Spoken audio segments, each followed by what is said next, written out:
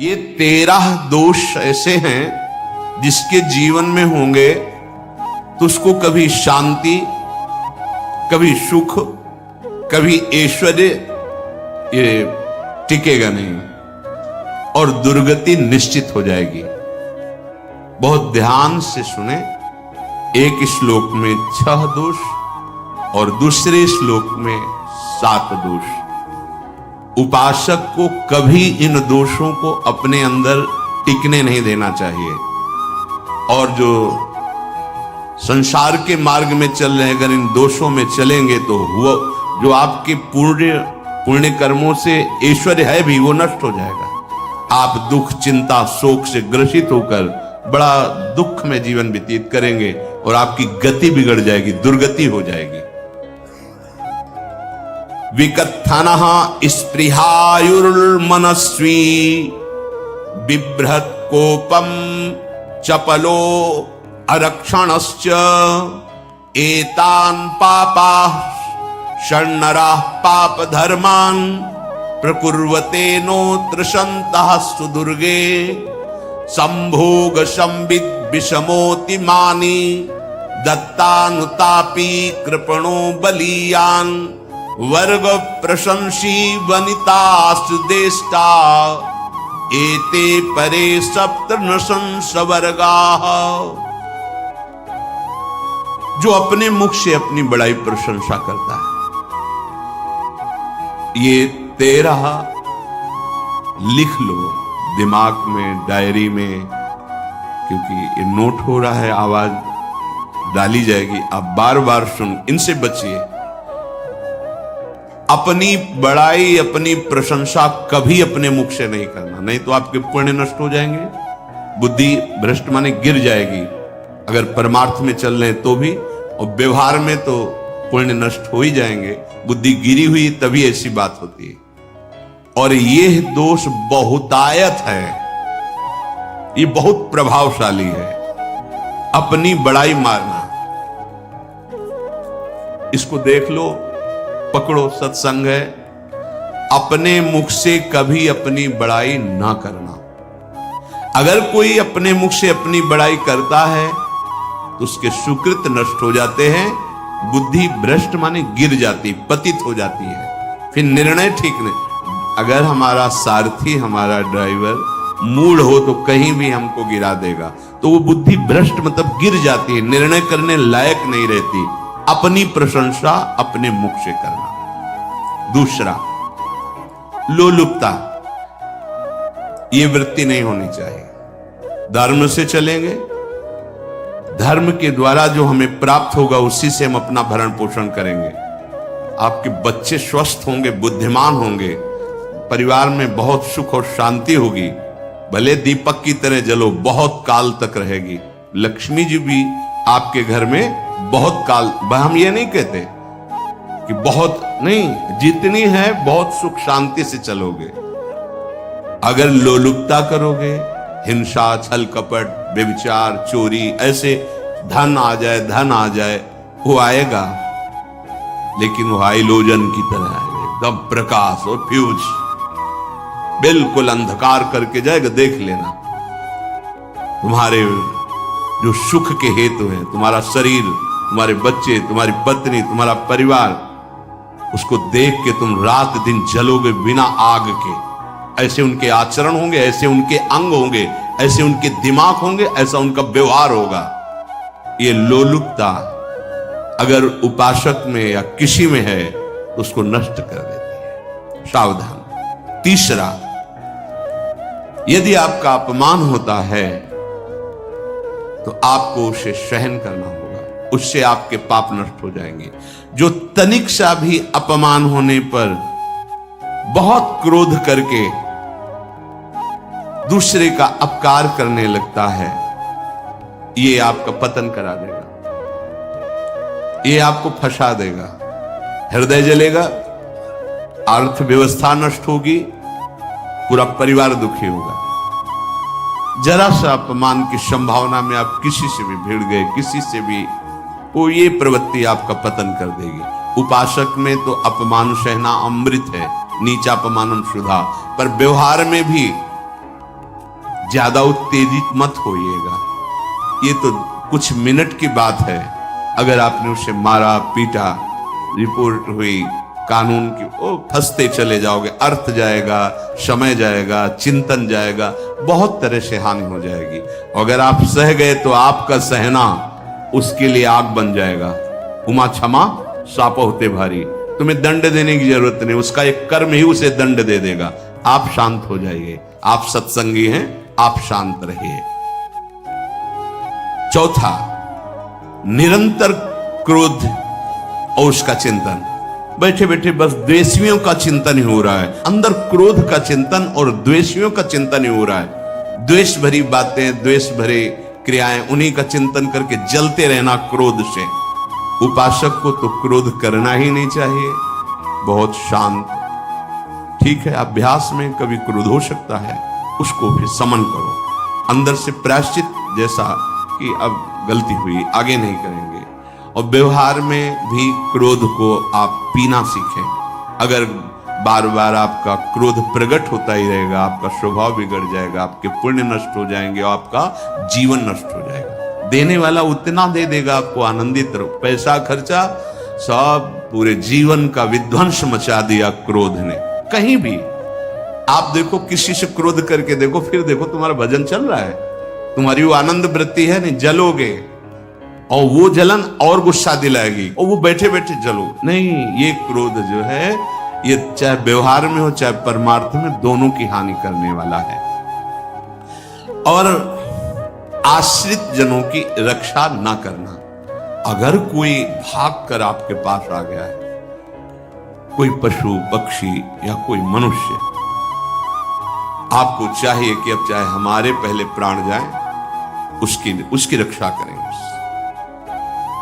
CV जैसे तो कोई बिरले ही होते हैं, पर इतना जरूर ध्यान दें, जैसे कोई पशु पक्षी किसी भय से आपकी सीमा के अंतर्गत आ गया है, अब उसकी रक्षा करनी है आपको। अगर आप स्वयं मार देते हैं या मरवा देते हैं, या आपके सुकृत नष्ट कर देगा, या आपकी दुर्गति का कारण बन जाएगा।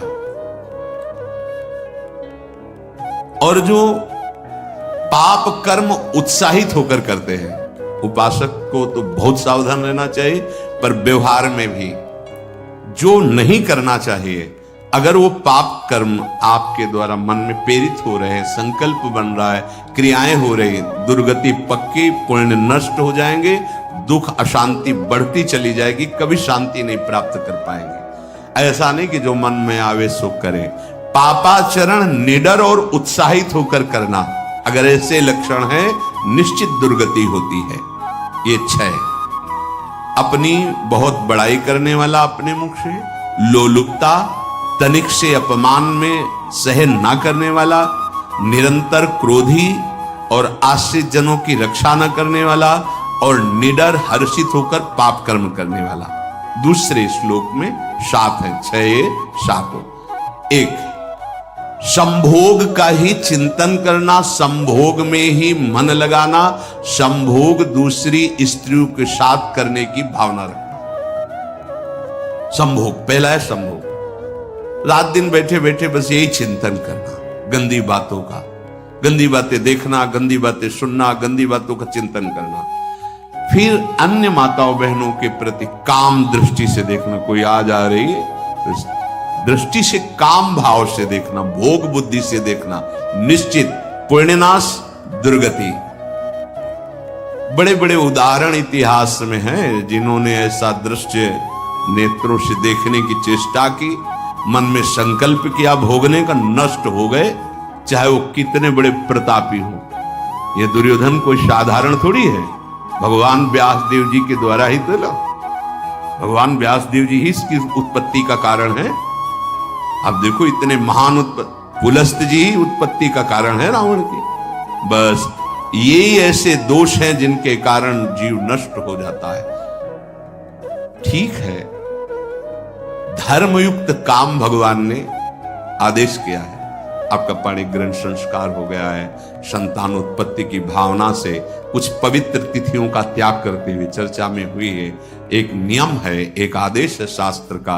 आप बहुत काम प्रवृत्ति वाले हैं तो प्रत्येक मास में जब माताएं बहनें पवित्र हो जाती मासिक धर्म से, तो जिनका पाणी ग्रहण आपने किया, जो पत्नी स्वरूप है, वो ठीक है। वहां भी बार बार के लिए व्यभिचार प्रवृत्ति के लिए शास्त्र आदेश नहीं करता, संयम पूर्वक, और उसका चिंतन नहीं करना। पाणी ग्रहण संस्कार है, घर में विराजमान है, एक संयम एक नियम के अनुसार उसका चिंतन तो फिर भ्रष्ट कर देगा। चिंतन प्रभु का करना है, चिंतन प्रभु की सेवा जो आपके कर्तव्य, इसके चिंतन से बचो। घातक है, बहुत बड़ा जहर है। अगर विषय चिंतन होने लगा तो मरोगे, जिंदा जलोगे, दुर्गति भी होगी। ये अंदर की जो आग है ना, कामाग्नि, ये इतनी बढ़ती चली जाएगी, तुम्हारे होश खराब हो जाएंगे कि मुझे क्या करना चाहिए, क्या नहीं करना चाहिए। हुआ मदांधो मदनातुरोमा, अंधा हो जाएगा, नहीं दिखाई देगा अनुजा तनुजा क्या है कौन है, कुछ नहीं, भ्रष्ट बुद्धि। संभोग का चिंतन नहीं। धर्मयुक्त काम आदेश है शास्त्र में। यदि आप प्रवृत्ति मार्ग में हैं तो अपनी पत्नी को जो पाणी ग्रहण स्वीकार किया है, वहां भी पवित्र तिथियों का त्याग करते हुए, एकादशी है, रामनवमी है, नव दुर्गा है, जन्माष्टमी है, राधाष्टमी, जो पवित्र तिथियों का त्याग करते हुए, और ऐसे जो मर्यादाएं हैं उसके अनुसार, और कहीं पराई स्त्री के साथ संभोग के बाद निश्चित दुर्गति पक्की है। ऐसे ही माताओं के लिए है, स्त्री शरीर के लिए है। यदि वो ऐसी गलत चेष्टा, तो पतिवंचक परपति रति करई, रौ नरक कल्पसत परई। ये भोग चिंतन से बचने की चेष्टा कीजिए तो क्रिया से अपने आप बच जाएंगे। क्रिया के पहले चिंतन होता है, चिंतन से ही क्रिया का आवेश आता है। चिंतन संभालिए, इसी से भगवत प्राप्ति होती है, चिंतन से, और इसी से दुर्गति भी होती है। अनन्यस चिंतयन्तु माम, भगवान चिंतन कह रहे मेरा करो, कर्तव्य कर्म मेरे को समर्पित करो। अब जब चिंतन संभोग का होगा तो बुद्धि भ्रष्ट हो जाएगी। ये जो राक्षसी प्रवृत्तियां सुनने को मिलती है ना, कि ऐसा हुआ, वो देखा सुना और चिंतन किए, अब इतनी राक्षसी वृत्ति आ गई कि बस अब उनमें और राक्षसों में कोई अंतर नहीं रह गया। दूसरा, विषमता रखने वाला, सबके साथ बर्ताव ऐसा कि मैं बहुत श्रेष्ठ हूं और दूसरे सब नहीं, ऐसा व्यवहार। सब भगवत स्वरूप है, समान व्यवहार। जैसे आपके भोजन है, जो आप पा रहे वही सबको दीजिए। बैठने की व्यवस्था, उठने की व्यवस्था, क्रम बाय क्रम, पर उसको भी नीच भाव से मत देखिए।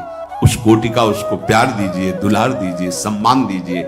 इतनी विषमता न फैलाते रहे अपने जीवन में कि आप सबके निंदा के पात्र बन जाए। विषमता नहीं, सबको प्यार। हाँ ठीक है, पुत्र का अलग प्यार है, भाई का अलग प्यार है, पिता का अलग प्यार है, पर हमारा व्यवहार प्रीति युक्त होना चाहिए, विषमता भरा नहीं होना चाहिए। अगर हमारे चित्त में विषमता ही रही तो संसार है, प्रभु नहीं है। जीत विषम संसार कीर्ति जग बिस्तर है। जो विषमता पर विजय प्राप्त कर लेता है वही भगवत प्राप्ति का अधिकार। ये विषमता बहुत बड़ी हानि है। तीसरी बात, अत्यंत मानी होना। जहां आपके प्राण कमजोर होंगे, पुण्य नष्ट होगा, आयुश्री सब नष्ट होना है, ऐसे आचरण करवाएगा गुरुजनों के साथ, महापुरुषों के साथ। ये बहुत नीच प्रवृत्ति है। अत्यंत मान प्रियता, मुझे सम्मान मिले, उत्तम प्रवृत्ति है। सबको मान देना, स्वयं अमानी रहना। चौथा, दान देने की बात कह के मुकर जाना या दान देकर पश्चाताप करना। दे दिया है, बहुत जल रहे हो, दूसरे से वार्ता कर रहे हो कि पता नहीं क्या बुद्धि में हो गया, हमने उसको इतना कहा था, उतना दे दिया, क्यों दे दिया, ऐसा मतलब अंदर चिंतन करना, क्यों दे तो दिया। इसके बाद जो आपका ये जलन हो रही, पश्चाताप, सुकृत नष्ट हो रहे हैं। दान देकर पश्चाताप करना या दान देने की बात कह के मुकर जाना। जैसे आपने कह दिया आपको इतना ऐसा, अब आप मुकर गए, ब्याज सहित तुम्हें देना होगा, ये तुम्हारी दुर्गति का कारण बन जाएगा। ऐसे ही नहीं बोलना चाहिए, बहुत होश से। वाणी एक अमोल है, जो कोई बोले जान, ये तराजू तौल के तब मुख बाहर आन। पांचवा, अत्यंत कृपण होना, ना परिवार को सुखी कर पा रहा, ना अपने को सुखी कर पा रहा है। एक एक सिक्का बैंक में जो मर गया। धन की वास्तविक गति यही है कि अपने परिवार को खूब उसकी अनुकूलता प्रदान करो, उसमें से कुछ हिस्सा किसी ऐसे को जिससे तुम्हें बदले में कुछ लेने की भावना ना हो। कोई साधु महात्मा, गाय, पशु, पक्षी, किसी भी जीव बीमार है शरीरधारी, उसके जिससे कुछ कभी लेने की भावना ना हो, एहसान की भावना ना हो। सो धन धन्य प्रथम गति जाकी, धन्य हो गया उसका धन। अब वो कृपण का धन किसी काम में ना स्वसुख, ना परिवार के सुख, ना धर्म कार्यों में, व्यर्थ जीवन चला गया। उसी धन का चिंतन करना, उसी का संग्रह करना और उसी की रक्षा करते करते शरीर छोड़ देना, तो चिंतन बिगड़ गया। तो कह रहे हैं जो कृपणता है और अर्थ और काम की प्रशंसा, उसी की चर्चा, उसी का चिंतन, रुपया और भोग, उसी की चर्चा कर, जहां बैठे रुपया की चर्चा, भोग की चर्चा, जहां एकांत में बैठे उसी का चिंतन, कैसे रुपया बढ़े, कैसे भोग मिले। और अगर अवसर मिला तो रुपया अधर्म से आवे चाहे धर्म से, उसको इसकी कोई परवाह नहीं। भोग चाहे धर्म से हो चाहे अधर्म से, जिसका अर्थ और काम भोग ही चिंतन है वो धर्म, जिसका धर्म चिंतन का विषय है तो अर्थ और काम भी ऐसा होगा जो मोक्ष प्रदान करने वाला हो। धर्म, अर्थ, काम, मोक्ष। और जो बालक, स्त्री, पागल, असहाय, जो इनकी रक्षा न करके इनकी हानि करता है, दुर्गति निश्चित है। माना आपकी पत्नी है, उसका स्वभाव बिगड़ा हुआ है, क्रोधी है, कटु वचन बोल, लेकिन आपके ही प्रारब्ध के लिए, माना वो आपका पति ऐसा स्वभाव वाला है, पर आपके ही प्रारब्ध से तो संयोग बना है आकर, अब इसका निर्वाह कर ले जाओ तो पवित्र हो जाओगे दोनों। और अगर झगड़ा और लड़ाई और मारपीट और कहीं हिंसादि के रूप में उतर गए तो फिर और करनी बिगड़ गई। बालक है, आप उसको ज्ञान नहीं कि आप पवित्र है, कि आप पवित्र है, उसको ज्ञान नहीं कि आप उसके साथ व्यवहार अच्छा कर रहे हैं कि बुरा कर रहे हैं। रक्षा करनी है आपको, शोषण नहीं करना। कह रहे हैं स्त्री, बालक और पागल, जिसे विक्षिप्त है, पागल है, आपको रक्षा करनी है। बन जाए तो उसको भोजन, ऐसा नहीं कि ईट मारो, उसको अपमानित करो, उसकी बुद्धि खराब है, प्रारब्धवशात खराब हो गई है। तो शास्त्र आज्ञा करता है स्त्री, बालक, जैसे पागल, विक्षिप्त आदि है, असहाय है, असमर्थ है, बूढ़ा है, वो आप सेवा भी करो तो गाली दे सकते हैं, उनकी बुद्धि बिगड़ गई, आपको उनको दंड नहीं देना, मारना नहीं है आपको। मान लो आपके बड़े बूढ़े बुजुर्ग जन हैं, आप सेवा भी कर रहे तो आपको कटु वचन बोल सकते हैं, आपकी निंदा कर सकते हैं, लेकिन आपको उनके साथ व्यवहार सद करना है। अगर आपने इन दोषों को स्वीकार किया तो निश्चित आपकी दुर्गति होगी, न इस लोक में आपको शांति मिलेगी न परलोक में। इसलिए इन दोषों को बार बार सुन करके और हृदय में जांचो कि कहीं है तो नहीं, अगर है तो सत्संग, भजन बल, भगवत प्रार्थना के बल से इन दोषों का त्याग कर दो, जीवन मंगलमय हो जाएगा। शेष चर्चा आगे। श्री राधा वल्लभ लाल।